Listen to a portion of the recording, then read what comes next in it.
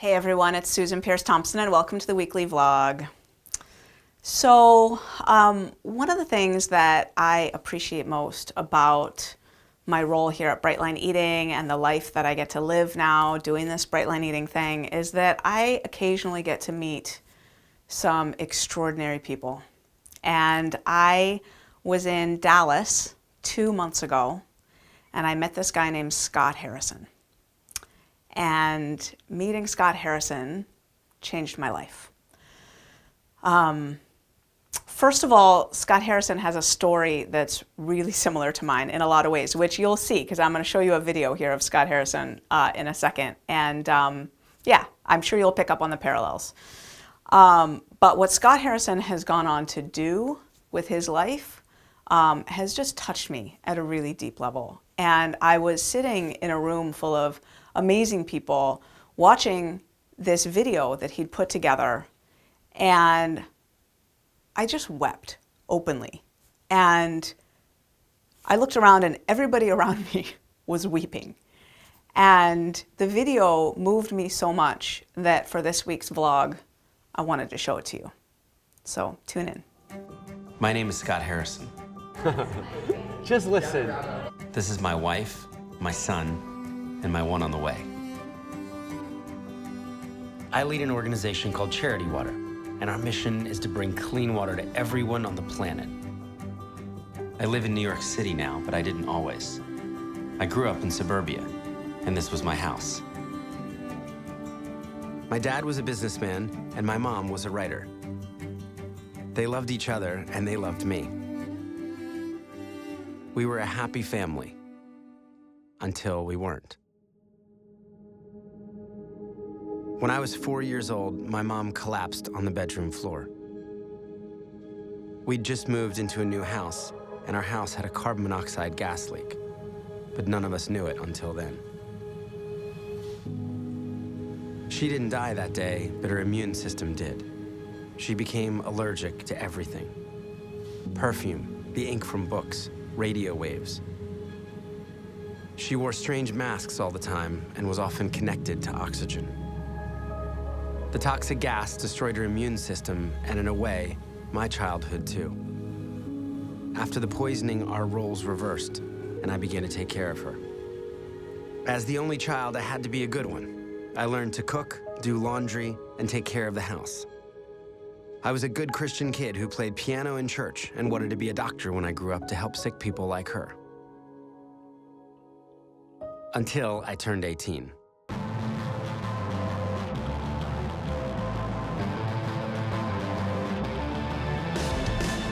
Music was my escape, so I joined a band and moved to New York. Right about the time when the band broke up, I got involved in producing these live music shows in the city. I realized that you could actually get paid in New York City to drink alcohol for free. This job was called a nightclub promoter. So you just had to get beautiful people in the clubs, and if you got the right people in the clubs, you could charge guys $500 to buy a bottle of champagne that cost you $40. I moved from club to club to club, filling up the VIP section and flashing my Rolex to the club photographers. For almost 10 years after that, I smoked 2 packs of cigarettes a day and was out drunk almost every night. I was into strip clubs, gambling, and just about every drug except heroin. On New Year's Eve, we all went to Punta del Este. It's a kind of party town in Uruguay. We rented this incredible house with cooks, waiters, and magnums of expensive champagne. Although it looked glamorous on the outside, there was a long decline in happiness. And I remember just feeling so unhealthy about it all. The next day, the party was still going, but I wanted the music to stop.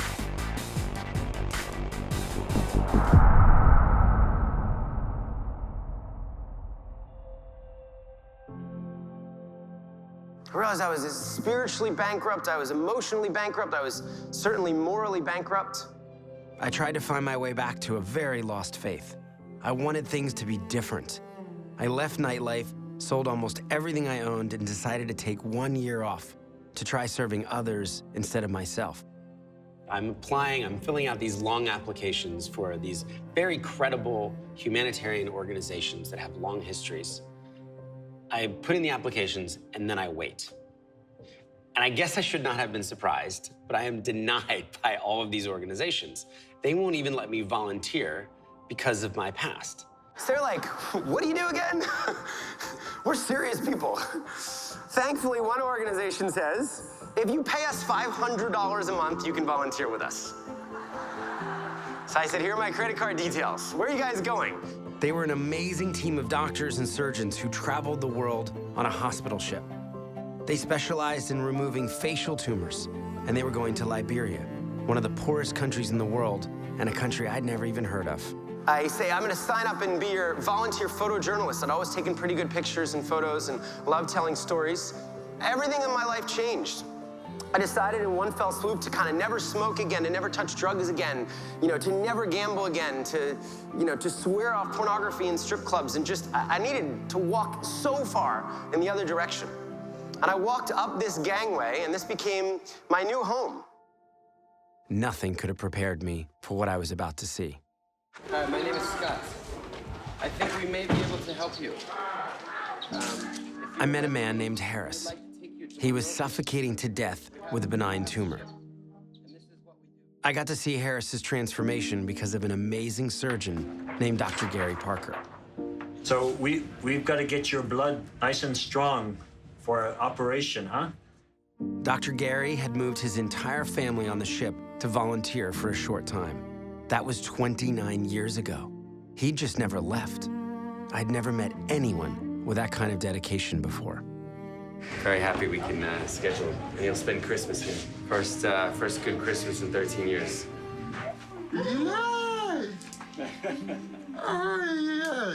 A couple weeks later, I got to take Harris back home to his village with an entirely new face, ready to start a new life. The uniform that's put on people when you have these terrible deformities is you're rubbish, you're worthless, you're spiritually cursed, and when you can change the uniform, it's huge. And the person starts to imagine that they might not be rubbish after all. No one in our world is rubbish. There was one day when more than 5,000 sick people came to see our doctors. Some of them had walked for more than a month. But there were too many of them, and we just didn't have enough doctors. I remember holding my camera, crying. We had to turn thousands away. We were changing individual lives every day, but I wanted to do even more. I'm documenting these life-changing surgeries, but I started to spend more and more time out in the rural villages. And as I would travel around these villages, I would see the most shocking things. 475 people living here. And this is what they're drinking. You can see there's bugs crawling around in it. I'm sort of putting this together saying, look, thousands of people are turning up sick, and the most basic need for health isn't even met. It wasn't okay. Kids shouldn't be drinking from scummy swamps or ponds or rivers.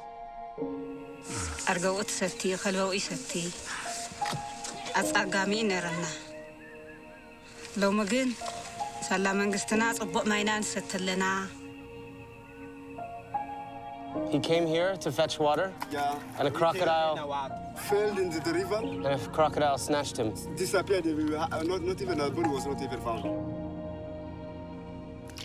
There were so many diseases caused by bad water: cholera, dysentery, trachoma, bilharzia, things I'd never even heard of. On top of that, I found out people weren't just drinking this filthy water, they were breaking their backs to get it. Women and girls are usually the ones responsible, often walking for hours every day. As a result, many girls never make it through school. They trade in their education and dreams to carry 40-pound jerry cans so their families can have water. Dirty water is responsible for more death in the world than all forms of violence, including war. Even if it were 1 million people, this would be a crisis. But it's not 1 million. It's 663 million people that live on our planet right now without access to clean water. That's twice the population of the United States. Nearly 1 in 10 people worldwide. Behind those statistics were real lives, people who were dying because they couldn't get clean water. And many of them were children. सातरे आम झील गोटे मरी जो झील 5टारू आरंभ होला 7टा भितर झील मरीगला हेल्ले कौन पे दिला समस्त कहले जे पानी كم حلمي لما نيوزي غاريوس هامزي دكنا طعيومس لو تمرت بخدو كحكمنا نفلاله I began to become really interested in the water issue and who was doing something about this. How come more people weren't talking about water? I came back to New York City ready to go. So it started with a party. It's the only thing I knew how to do. I was a nightclub promoter. So I got someone to donate a club. I threw my 31st birthday party. I got 700 people to come out. I lured them with open bar. And I charged them $20 at the door. And this time, instead of pocketing the $15,000, we took it immediately to a refugee camp in northern Uganda. We built 3 wells, we fixed 3 wells, and then we sent the photos and the GPS and the story back to those 700 people. This was a big deal. People could not believe that a charity would bother to report to them on a $20 gift, and that something actually happened with the money that they could see, that they could connect with. 700 people proved that we could make a difference, even $20 at a time. This was the beginning of Charity Water. As I'm talking about setting up a charity, I realized that so many of my friends don't trust charities. In fact, I learned that 42% of people in America alone don't trust charities. From the beginning, I was determined to do things differently, and I had a few big ideas. First, we'd handle money differently. From day one, Charity Water made a bold promise that 100% of all donations would go directly to clean water. I opened up a separate bank account for overhead, and we never touched the water money to pay for things like staff salaries, office rent, or travel expenses. We started looking for generous people with the resources to cover those overhead costs. Second, we proved each water project we funded. We put photos and GPS coordinates on Google Maps and even attached GPS trackers to drilling rigs so people could follow them. Later, we created and installed thousands of remote water sensors so we'd know that the project continued to work over time and even how much clean water was flowing. Third, we believe for the work to be sustainable, it had to be led by locals. Water and sanitation program creates an enabling environment so that all aspects of development can take off. In the beginning, usually a handful of people were in the office every single day. And it was funny back then because we were trying to look so professional and put together when if you just walked in the office and saw how we did what we did, we had no idea what we were doing. And we were just making everything up as we went. We built outdoor exhibitions, staged water walks, and designed ads that made people think differently about water. We got space on buses and taxis donated, spreading the word to everyone we could. We took over the windows of luxury retailers and created a TV commercial that ran for free to more than 20 million people. People started to take notice, and thousands began to donate. People all around the world started donating their birthdays to raise money for clean water. A 7-year-old named Max went door to door asking for $7 donations, and he raised $22,000. Maggie Moran gave up her 16th birthday. Nona Ween gave up her 89th. Gave up my 28th birthday for Charity Water. My 25th birthday. 39th birthday. 25th. 36th. 38th. 44th. And this movement of birthdays begins to spring up, and people said, look, I don't need any more stuff. That's exactly what Rachel Beckwith said. She heard me speak a few months before her 9th birthday and told her mom that instead of presents or a party, she wanted to raise $300 to help kids get clean water to drink instead. She was disappointed when she didn't reach her goal, but she raised $220, and her mom assured her it was good enough. She could try again next year. She never got that chance.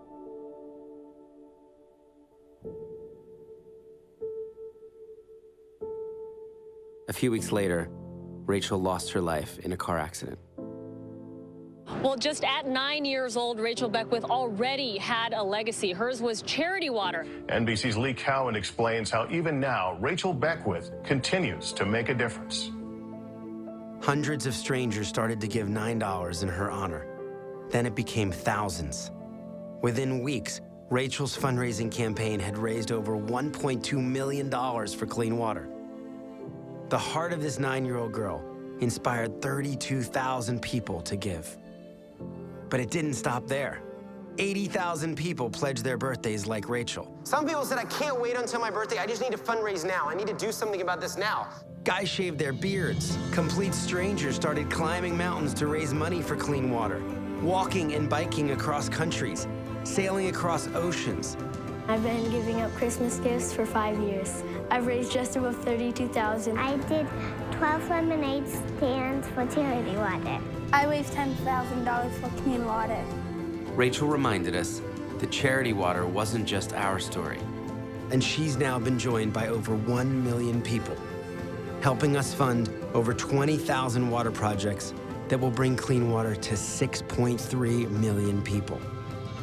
And I got to see just how much impact one life really can have when I took Rachel's family to Africa. We greatly love Rachel and continue to love her family, and I'm overwhelmed with how greatly you have honored her memory. Please receive my most deepest and heartfelt thanks. You've done us a great honor today, so thank you. Yeah. Rachel developed such a big heart from such a young age that she understood and felt the pain of others on the other side of the world. It's the most beautiful gift a person can give.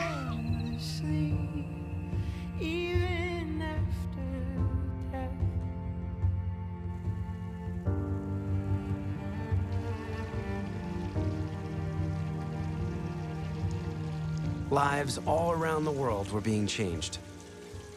The kids I saw sitting in the mud with the pigs, drinking swamp water, were now drinking clean water from wells. Cholera, parasites, leeches, those were all now things of the past. Clean water and toilets made a huge difference in schools and improved education for students. Moms were now dancing around drilling rigs.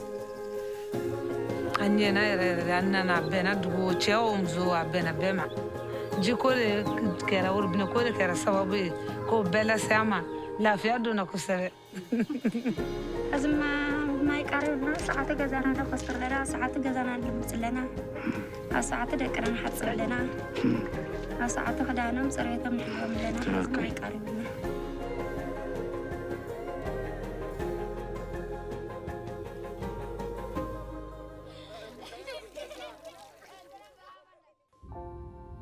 In the beginning, there was water. Always changing and bringing new life wherever it goes. It did for me, and for so many others in very real ways. Even though I didn't grow up to be a doctor, I'm thankful that my childhood gave me awareness of the importance of health, of life. Dr. Gary is still on that ship, helping people every single day. My mom is still here too, fighting for her health. My son knows and loves her well. So will my daughter. Now I know the world will change by the time my children reach my age. But I believe there are only a few times in each of our lives that we get to witness a truly historic global moment.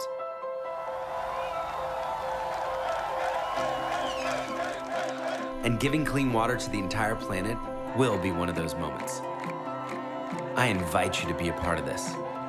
We've been able to help more than 6 million people get clean water, but we want to do so much more. We want to go faster and help more people. So we're introducing a new way to do just that. It's called the Spring. This year, Charity Water turns 10, and we're looking for 10,000 of you to join us and make this your story too. We're building a community of givers so generous and constant, the world has never seen anything like it before. People who are willing to give not just once, but who will stick with us month in and month out, faithfully fighting for change. We subscribe to things every month: cable internet, magazines, movies, and music. We're loyal to these things because they benefit our lives. But the spring benefits other people's lives. It costs only $30 to give one person clean water. Some of you can give that every month. Some of you can give more, some of you less. But whatever you can give, 100% goes directly to clean water, and we'll keep showing you where your money goes and the lives that you're changing. We're looking for 10,000 members to join us right now.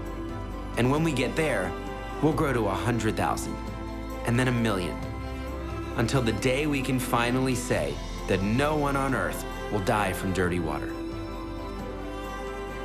So we realize people will tell us this can't be done, but we think, man, if there's ever a time in the world when this is possible, it's certainly today. When people are really looking to give, they're looking to make an impact. We know how to end the water crisis in our lifetime, and with your help, we will. Join the spring today.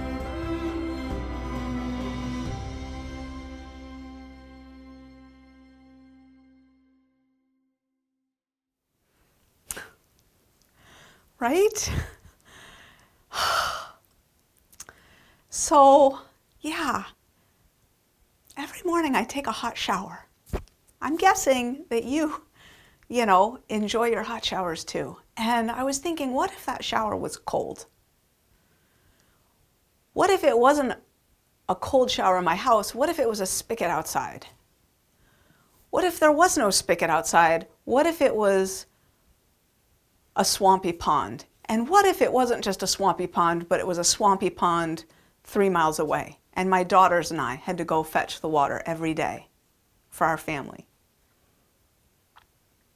So I'm sure that you're feeling like I am, like it's just unacceptable. It's unacceptable that 663 million people are living without water. And it's awesome that Scott Harrison and his charity water organization have cut that down by 6.3 million people in the very short time that they've been doing this. And so I'm sitting in this room in Dallas 2 months ago with all of these amazing entrepreneurs around me who have online platforms, who share impassioned, soulful messages with their tribes like I do with you. And I was thinking, we could change this. Like us, this group of entrepreneurs right here, we could change this. Like Scott has gotten, his goal is to get 10,000 spring members. He hasn't gotten them yet. And I'm like, if we all rallied our tribes, like we could get those 10,000 members. Hello. And then from there, and then from there, and then from there, like if everybody online who had a platform, who had, whatever, some group of people that listened to them for whatever reason, because they built some trust, some loyalty, some soul connection, if everybody with a platform would take that platform as a venue for, as a vehicle for solving this problem, we could eradicate the problem of water worldwide within our lifetimes, like easily. So I raised my hand in this group of people and I brought that up. I said, we could do that right here, we could decide. And so what we decided to do was to do a little pilot. And right here at the end of 2017 is our pilot. We're just creepy seeing, and you might be on other email lists. You might have gotten information about charity water from Hay House or from Ocean Robbins and the Food Revolution Network, or, that's because, Scott Harrison was there visiting us and I raised my hand and we decided to make it happen. So here's my goal for us. 1,000 people.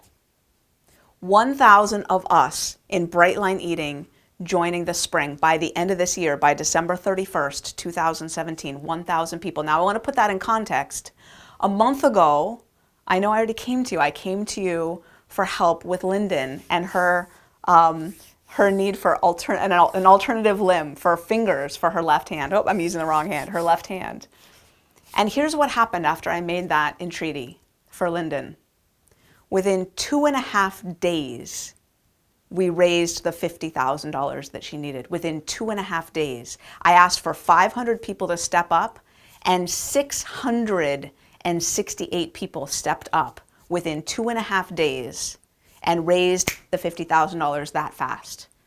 So I'm coming to you again. Now, there were like 2 or 3 people in the comments beneath the vlog that said, hey, this isn't the right platform for that. You're abusing your whatever. And other people were like, no, she's not. This is fine. So there was like this little controversy. And I guess what I want to say is like, this is my platform. I built it, you know? And if you don't want to be a part, if you don't want to watch, then don't watch. But I, for one, think that we should, that people with a voice should stand up and say, it's not okay. Not okay for people to drink out of swamps anywhere on this earth. And we can change that. So I want 1,000 people to sign up for the spring. And what that means is a monthly donation. And it can be as small as you want. I don't care. If you can do $30, the way I'd like you to think of that is a restaurant meal that you didn't need in the first place, that you're not eating because you do Brightline Eating, and put the money for that restaurant meal once a month toward your donation to the spring. But if you can't do $30 a month, that's cool. Do 10. That's fine. If you can do $3 a month, that still is one person every year, year in and year out, till the day you die, one person a year who will drink clean water for the rest of their lives because of you. So just think at the end of next year when you're thinking of your New Year's resolutions and the year after that, how you'll be able to look back and you'll go, whoa, if you do $30 a month, that's a person every month who gets to drink clean water for the rest of their lives because of you.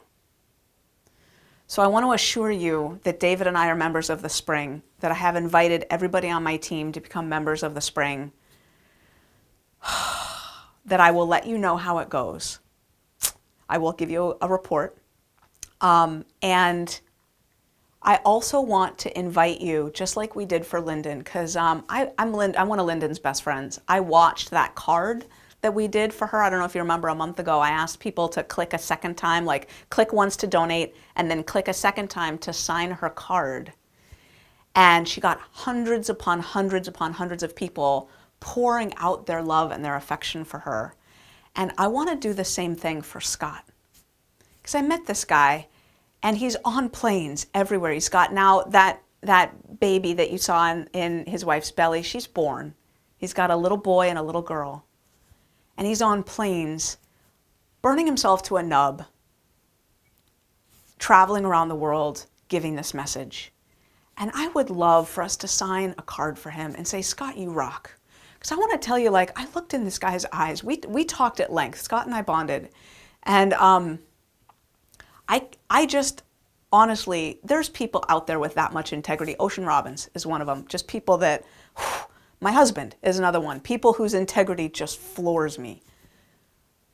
But this man, Scott Harrison, has integrity like I rarely encounter. This man is, he's consecrated his entire life to helping people drink clean water. And I think he could use a few words from our tribe about just how much we value what he's doing. I think it would mean a lot. So if you choose to become a member of the Spring, I want to invite you also to sign a card for Scott. Just giving him some encouragement, just to, you know, something that he can read on those airplanes when he's traveling to Liberia, traveling to Cambodia, traveling, you know, let's just tell him what we think of what he's doing. So that's my invitation to you. Let's do this. Let's get 1,000 people by December 31st. I have no doubt that we can do this. Give whatever you can. It doesn't matter. Click below, sign up, and we've got this. I'll see you next week.